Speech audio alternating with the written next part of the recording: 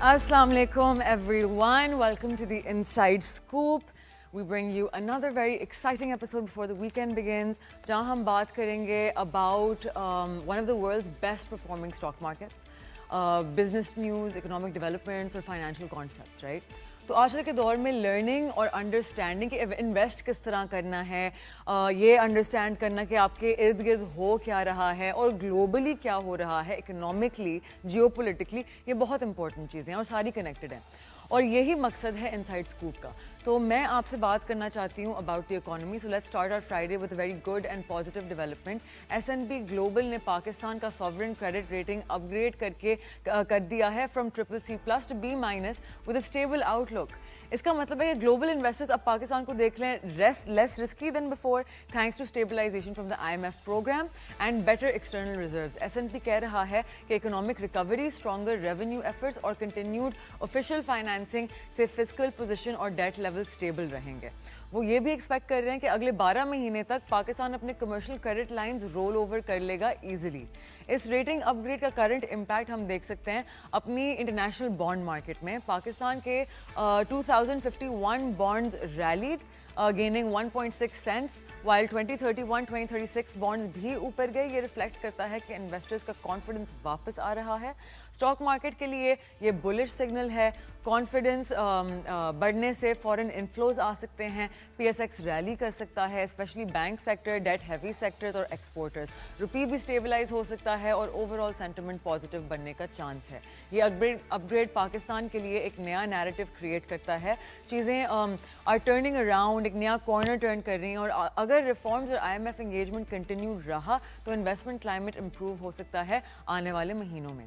एक ऐसा हफ्ता जो फिल्ड है with growing tensions between business community और गवर्नमेंट। कराची और लाहौर, पाकिस्तान के इकोनॉमिक पावर हाउसेज ने विटनेस किया वाइड स्प्रेड मार्केट शटडाउन्स। इसके बिहाइंड रीजन क्या है? बहुत strong backlash against the new tax measures introduced in finance act 2025, जिसमें बहुत सारे ट्रेडर्स कह रहे हैं एंटी बिजनेस है और बहुत हार्श है।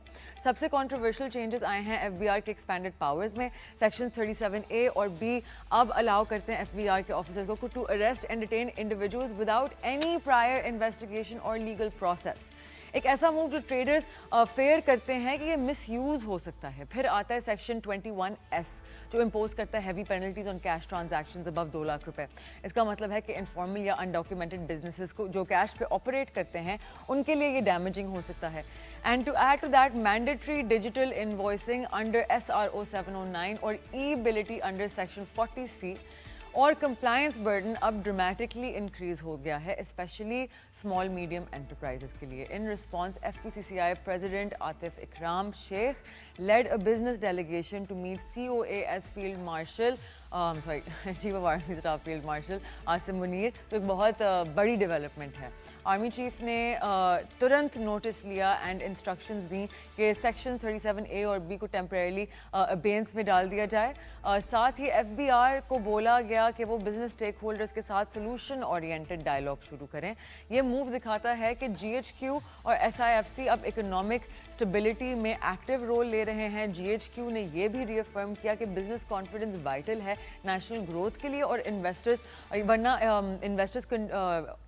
Will continue to get institutional support. Business community ने हाई इंटरेस्ट रेट्स पर भी कंसर्न उठाया कि ये इंटरेस्ट रेट्स अलाइन करने चाहिए with inflation to promote borrowing and investment.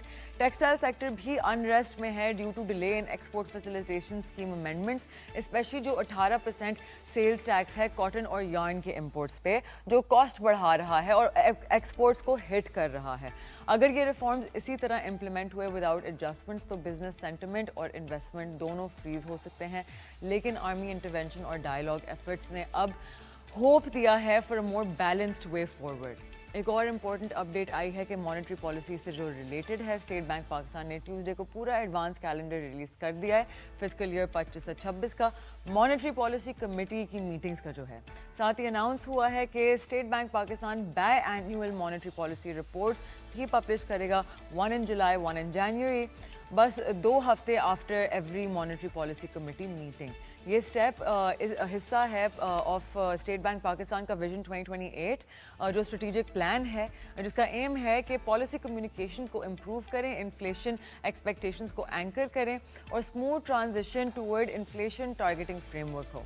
अब ये समझें कि मॉनेटरी पॉलिसी कमेटी करती क्या है।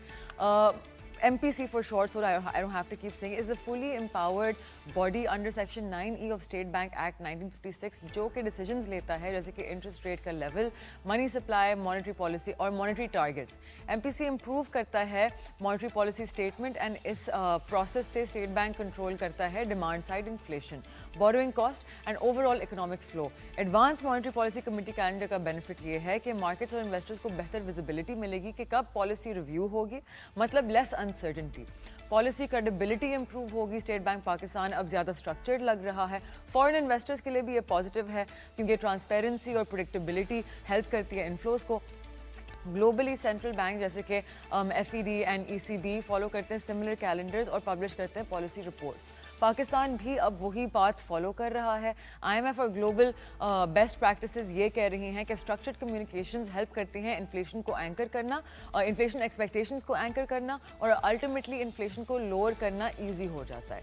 ये मूव सिर्फ स्टेट बैंक पाकिस्तान की क्रेडिबिलिटी को स्ट्रेंथन नहीं करता, it also supports long term market confidence. अब अगर प्रोग्रेस की बात करें तो foreign direct investment FDI for short का रोल बहुत की है। पाकिस्तान ने रिसीव किया $2.4 billion in FDI in fiscal year 25 जो 4.67% इंक्रीज है पिछले साल के 2.3 बिलियन से। ऑन पेपर ये ग्रोथ लग रही है लेकिन एक्चुअली एक बहुत मॉडेस्ट इम्प्रूवमेंट है, फुल रिकवरी से बहुत दूर है। जब जो थोड़ी ग्रोथ हुई है वो सिर्फ कुछ सिलेक्ट सेक्टर्स और लिमिटेड कंट्रीज की वजह से हुई है, ओवरऑल पिक्चर अभी भी मिक्स्ड है। So I wanted to talk to you guys. This whole week the theme has kind of been scams and I think we want to continue that as a show क्योंकि हमारा point is to not only कि हम आपको inform करें चीज़ों के बारे में लेकिन we also especially want to make sure कि आप लोग safe रहें from ये जो बहुत predatory schemes आ जाती हैं और ये predatory influencers जो होती हैं जो genuinely लेकिन उनका model ये होता है कि आपका पैसा लेके भाग जाते हैं, right? That's how they make money, that's how they afford all of their expensive stuff जो भी ये rent कर रहे होते हैं exit के लिए, राइट? तो ये आप लोगों के पैसे चोरी करके ले जा रहे होते हैं। There's a new scam company जो आ गई है exchange, it is called Olymp trade. Currently हमारी अथॉरिटीज़ कुछ नहीं कर रही हैं इस बारे में लेकिन आई एम श्योर वो बहुत प्रूडेंट हैं, बहुत डिलिजेंट हैं and I am sure they will be looking into banning all of these companies. Quotex, Binomo, Olymp Trade ये सब स्कैम कंपनीज हैं and I am sure our authorities will be looking into this ताकि वो भी obviously because it's their job to protect you guys, right? मेरा job है inform करना, इन चीज़ों के बारे में रेज करना अवेयरनेस, लेकिन I am just a civilian तो मेरे पास कोई पावर नहीं होती to actually get anything done. All I can do is do my part to make sure कि जो लोग मेरी बात सुन रहे हैं तो इंशाल्लाह आप लोग बचे रहें इन चीज़ों से। The reason why I keep telling you guys कि आप लोग स्पेशली रेगुलेटेड मार्केट्स की तरफ आया करें and you guys should especially invest in regulated markets is because for example मैं actually ये चीज़ सोच रही थी कि for example आपने 2015 में बिटकॉइन ले भी लिया होता, राइट? जब वो बहुत सस्ता था। अगर आपने ऐसी एक्सचेंज पे लिया होता जो डिफ़ॉल्टिंग एक्सचेंज है या 2 नंबर एक्सचेंज है, right? I can't really say default, कुछ डिफ़ॉल्ट तो तब होता है जब आप रजिस्टर्ड होते हैं। तो क्या होगा कि चलें ऑन पेपर तो आपका बिटकॉइन, आपका प्रॉफिट बहुत स्काई रॉकेट हो गया लेकिन एक्चुअली वो पैसे आपको मिलना बहुत मुश्किल होंगे, ये लोग अकाउंट्स बंद कर देते हैं, राइट? एंड ऊपर से कमिंग फ्रॉम पाकिस्तान आपको पैसे विड्रॉ करना इतना मुश्किल होता है कि यूजुअली कंपनीज़ की, इवन जो रेगुलेटेड कंपनीज़ है जो जिनके इंटरनेशनल लाइसेंसेज हैं, पाकिस्तान तो खैर नहीं रेगुलेटेड होते लेकिन जिनके बाहर के लाइसेंसेज हैं वो आपका अकाउंट टर्मिनेट कर सकते हैं because their issues with the, आप लोग P2P यूज़ करते हैं, शायद आप लोग थर्ड पार्टी ब्रोकर्स यूज़ करते हैं, टू थर्ड पार्टीज़ यूज़ करते हैं टू विड्रॉ योर मनी, तो वो चीज़ें एक्चुअली इनकी उन एक्सचेंजेस के कंप्लायंस के खिलाफ होती हैं, so then they have to terminate your account. So please be very careful. हमारे पास लोकली ऑप्शंस हैं कि आप पाकिस्तान स्टॉक एक्सचेंज में किसी रजिस्टर्ड ब्रोकर के साथ अकाउंट बनाएं और आप खुद अपना पोर्टफोलियो बनाएं, ट्रेडिंग करें थ्रू दैट, या अगर आप इन्वेस्टमेंट की तरफ आते हैं like me then you can invest consistently through brokerage account, या फिर आप SECP रजिस्टर्ड म्यूचुअल फंड्स जो भी हैं, every bank has their subsidiary, right? Bank Alfalah के पास पास है Alfalah investments where I work, HBL के पास HBL एसेट मैनेजमेंट है, इसी तरह देयर इज MCB के पास MCB एसेट मैनेजमेंट है. There is all of these different companies. हर बैंक के पास अपनी subsidiary investment asset management company होती है जहाँ म्यूचुअल फंड्स अवेलेबल होते हैं, जहाँ अलग अलग किस्म के होते हैं, all the way from low risk जो आपकी मनी मार्केट में इन्वेस्ट करती है, banding all the way till high risk which is equity which is stock market investment, right. And then you have a third option. अगर आप forex trade करना चाहते हैं, कमोडिटीज ट्रेड करना चाहते हैं, तो एक PMEX एक SECP रजिस्टर्ड कमोडिटी ब्रोकर के साथ अपना अकाउंट बनाएं, which would be with PMEX, that would come under PMEX, which is Pakistan Mercantile Exchange. और वहाँ आप कमोडिटी ट्रेडिंग और ये सारी चीज़ें, डिजिटल गोल्ड, डिजिटल सिल्वर और क्रूड ऑयल, इन सब की वो कर सकते हैं, right. So look into these regulated platforms. मुझे पता है बहुत ज़्यादा अवेयरनेस नहीं है, we still working on it, people like me and there is a lot of other people जो इस इंडस्ट्री में अच्छा काम कर रहे हैं. हमारी पूरी कोशिश है कि रेगुलेटेड मार्केट्स की इतनी मार्केटिंग की जाए जिस तरह ये 2 नंबर ब्रोकरेजेस जो इंटरनेशनल वाली होती हैं इनकी होती हैं, जिन कोई लाइसेंसेस नहीं होते. लेकिन ऑब्वियसली इट्स लिटिल स्टैग्नेंट कि हम बहुत पुराने ज़माने के लोग बैठे हुए हैं जो don't believe in gen Z marketing, and because of that हमारी मार्केट सफ़र करते हैं. So look at those avenues, they registered, they safe, and आपको आपके पैसे कहीं जा नहीं सकते बिकॉज आपका ट्रस्टी जो होता है वो CDC, राइट. तो आपके पैसे भी they don't come physically to anyone working in the capital markets, वो ट्रस्टी के पास होते हैं, and they don't default, right? So abhi yahan we'll take a very short break. After a break we'll as usual have someone with us to talk to you. हम कुछ सवाल जवाब करेंगे उनसे to better understand the economy कि अभी क्या हो रहा है business side पे, where's our economy headed, and what needs to be fixed urgently in Pakistan regarding उनकी जो expertise है. So grab your coffee, your chai, your breakfast, your pancakes, whatever you have, get comfortable. It's going to be a very interesting conversation. आप देख रहे हैं The Inside Scoop. I am Mashal Khan.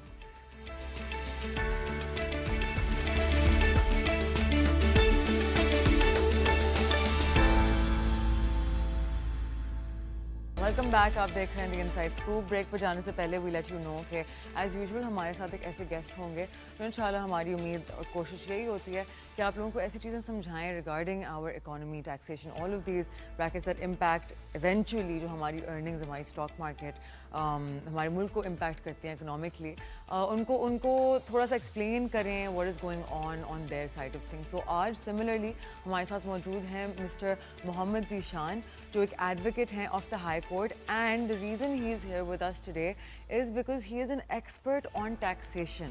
Zishan Saab, thank you so much for being with us. Thank you very much for having me.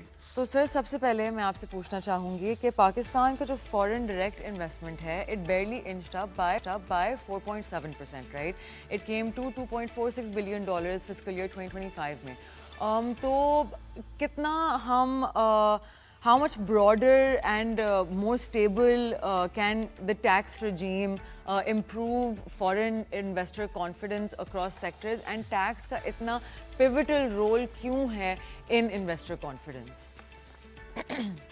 बिस्मिल्लाहिर्रहमानिर्रहीम. आपने बहुत पहला ही सवाल जो है वो बड़ा you nipped in the bud वाली बात जो थी वो आपने कर दी. देखें, किसी भी मुल्क में अगर आप जाएं तो कोई वहाँ पे इन्वेस्टमेंट क्यों करता है. एक, वहाँ पे कंसिस्टेंट पॉलिसी होती है. 2, वहाँ पे जो है इंफ्रास्ट्रक्चर अवेलेबल होता है. 3, वहाँ का टैक्सेशन सिस्टम जो है वो इतना कंड्यूसिव होता है कि जो दूसरे ममालिक में नहीं हो. तो ये 3 चीज़ें कोई भी इन्वेस्टमेंट, चाहे डोमेस्टिक इन्वेस्टमेंट हो या for that matter foreign investment हो, उसको इंस्टिगेट करने के लिए या उसको ट्रिगर करने के लिए बुनियादी तौर पे ये 3 चीजें होती हैं: कंसिस्टेंट पॉलिसी, इंफ्रास्ट्रक्चर और टैक्स मेजर्स. टैक्स कंड्यूसिव है या नहीं है. अनफॉर्चुनेटली हमारे पास इंफ्रास्ट्रक्चर के इश्यूज रहे.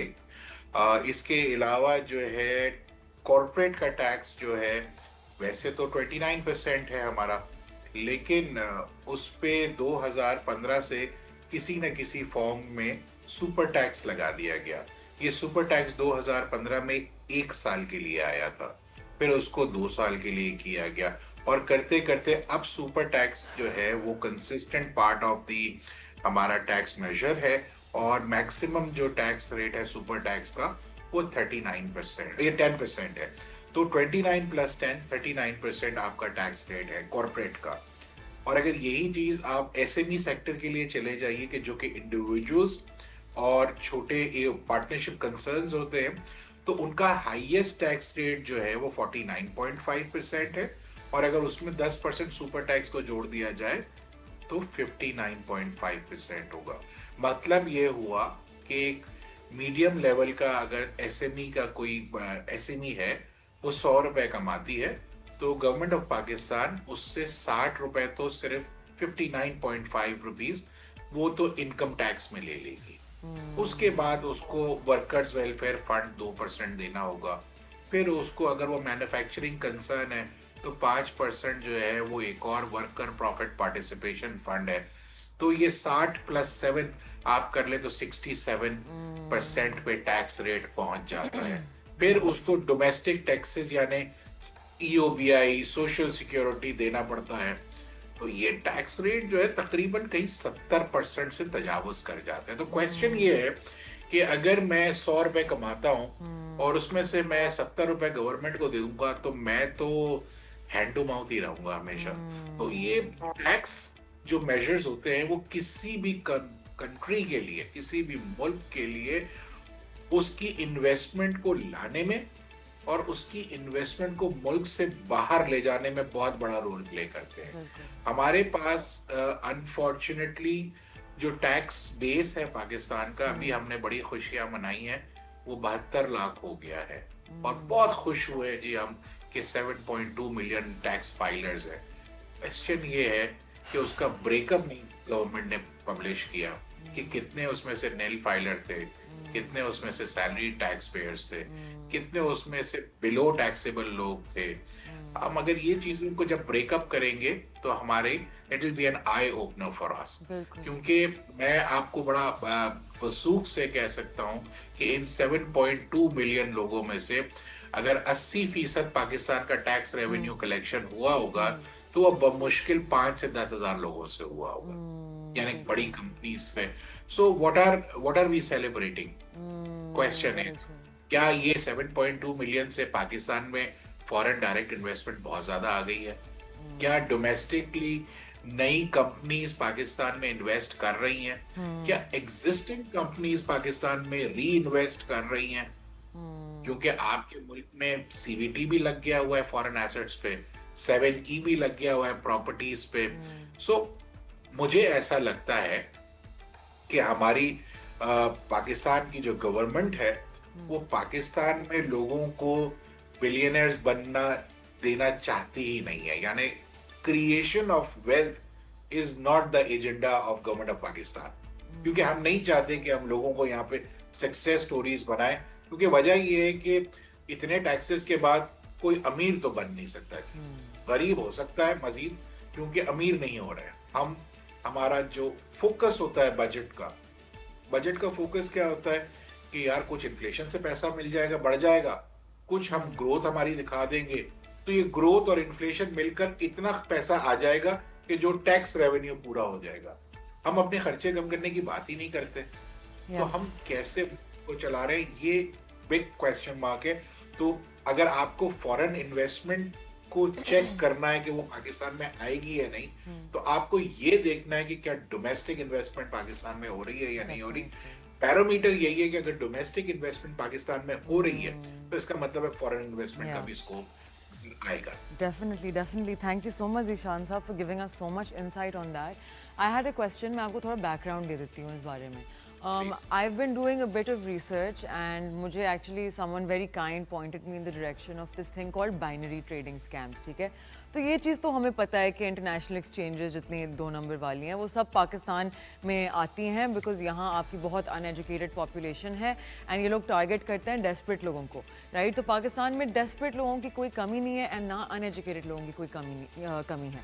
तो ये बहुत प्रेडिटोरी एक्सचेंजेस होती हैं। तो ये क्या करते हैं, ये आपको इनवाइट करती हैं to come trade with them, ये दिखाती हैं कि आपको बहुत प्रॉफिट बनेगा। खैर it's a whole scam setup, वो किसी और दिन।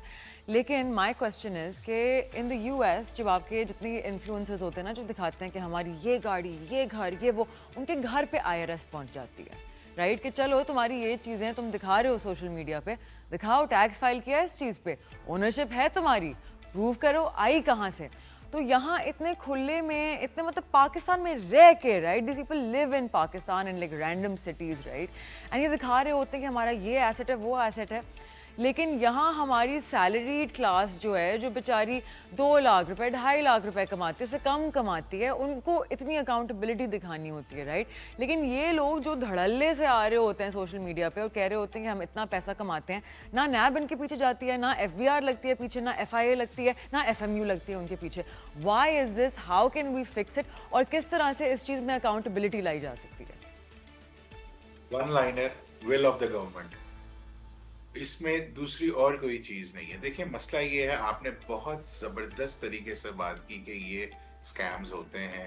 वो एक्चुअली हमारा मसला क्या है, पाकिस्तानी कौम का मसला ये है कि हमें ओवरनाइट अमीर होना है। हमको हर वो चीज इमीडिएटली चाहिए कि जो हमें इन्फ्लुएंसर्स दिखा रहे होते हैं। हमें गाड़ी भी चाहिए, घर भी चाहिए, हम लालच में आ जाते हैं, हम उनके ट्रैप में आ जाते हैं। एग्जैक्टली, उसके ट्रैप में आ जाते हैं। तो ये जो बाइनरी सिस्टम या बाइनरी स्कैम की जो आप बात कर रही हैं, उसकी वजूहत तो कुछ ही है।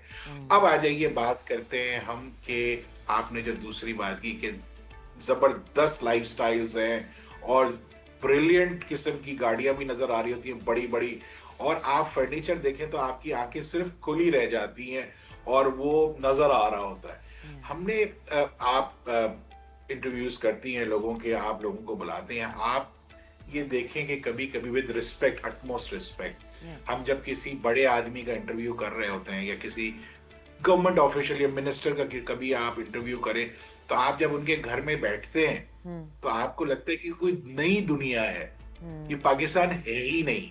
उनका एक कुर्सी जो फर्नीचर की होगी वो लाखों रुपए की होगी। तनख्वाह कितनी है मिनिस्टर साहब की? 8 लाख, 5 लाख, 10 लाख, अभी कुछ बढ़ गई है। तो क्वेश्चन तो हमें वहां से शुरू करना है। देखिए इस चीज में टॉप डाउन इफेक्ट आएगा, इस चीज में बॉटम अप इफेक्ट कभी नहीं आएगा।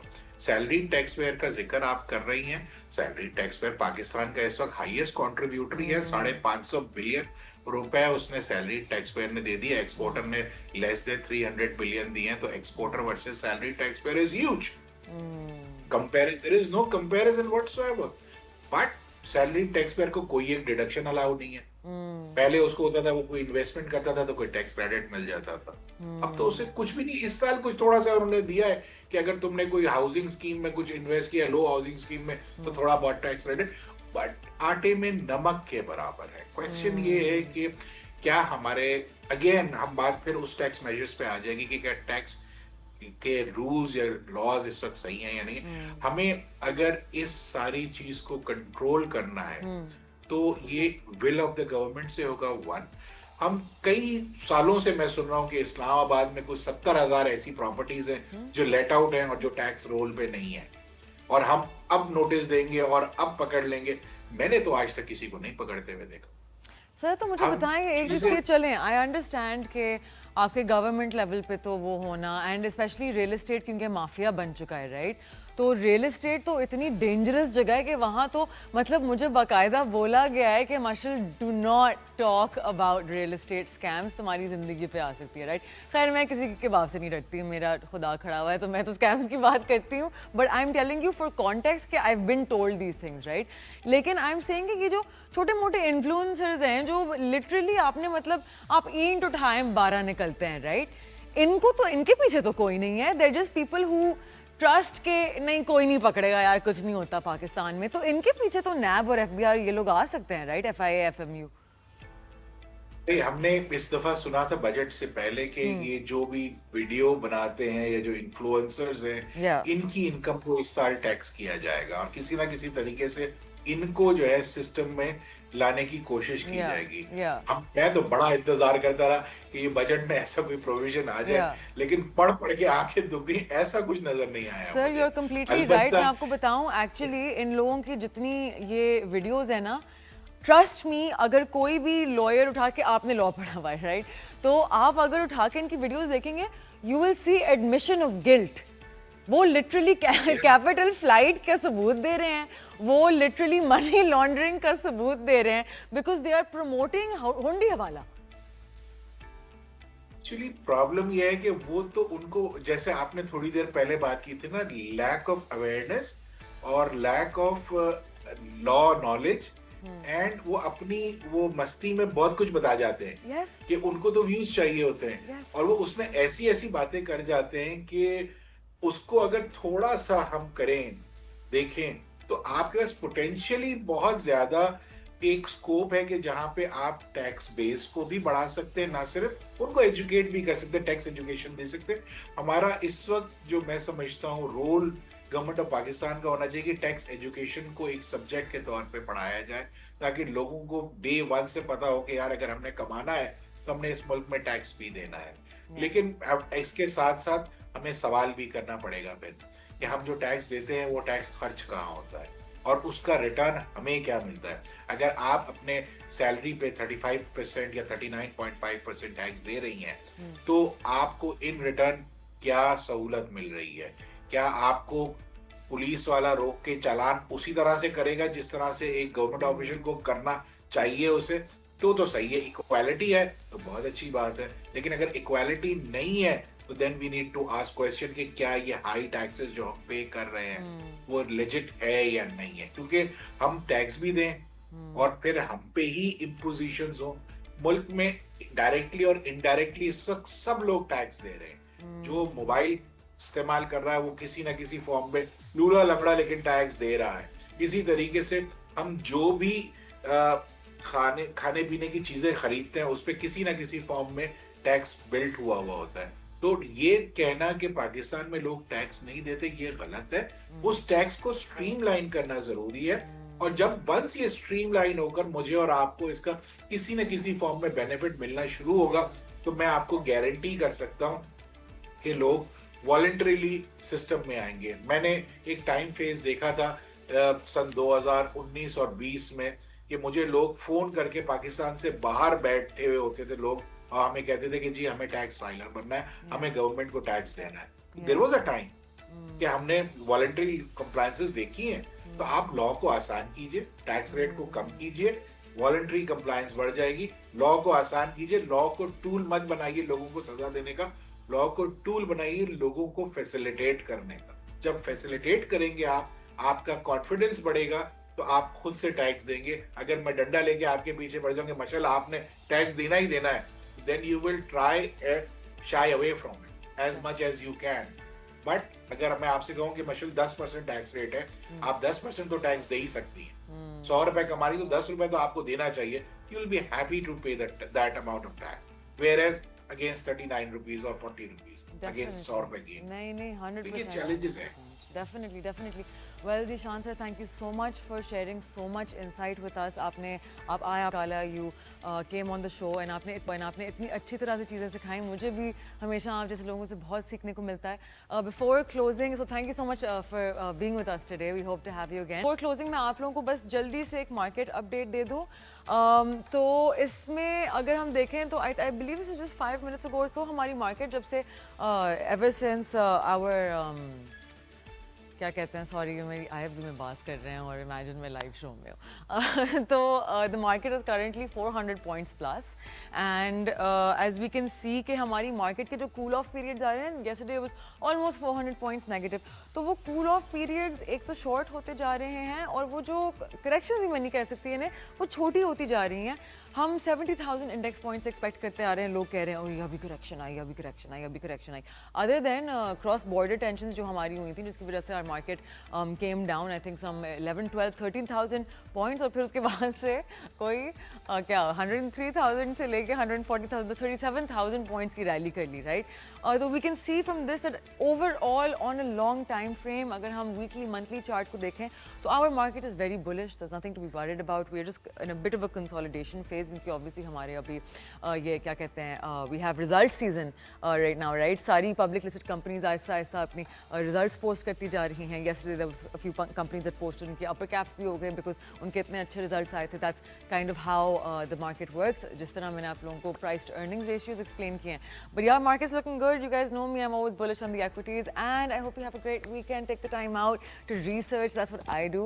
मैं थोड़ा सा किताबी कीड़ा टाइप इंसान हूँ ना, मुझे सोशलाइज करना पसंद है तो मैं बैठ के पढ़ रही होती me when I go to the gym, when I get a mani-pedi. So chill out on your weekend. Make sure to study, catch up on your reading. मैं अपने Instagram पे अच्छी किताबें post करती रहती हूँ regarding finance. Take the time out, develop करें अपना interest overnight. कुछ भी नहीं बनता. Wealth is accumulated over time. You have to वक्त वैसे भी गुजरना है. You might as well be rich at the end of it. So I shall see you guys on Monday now. Till then, take care. Khuda Hafiz. Have a great weekend.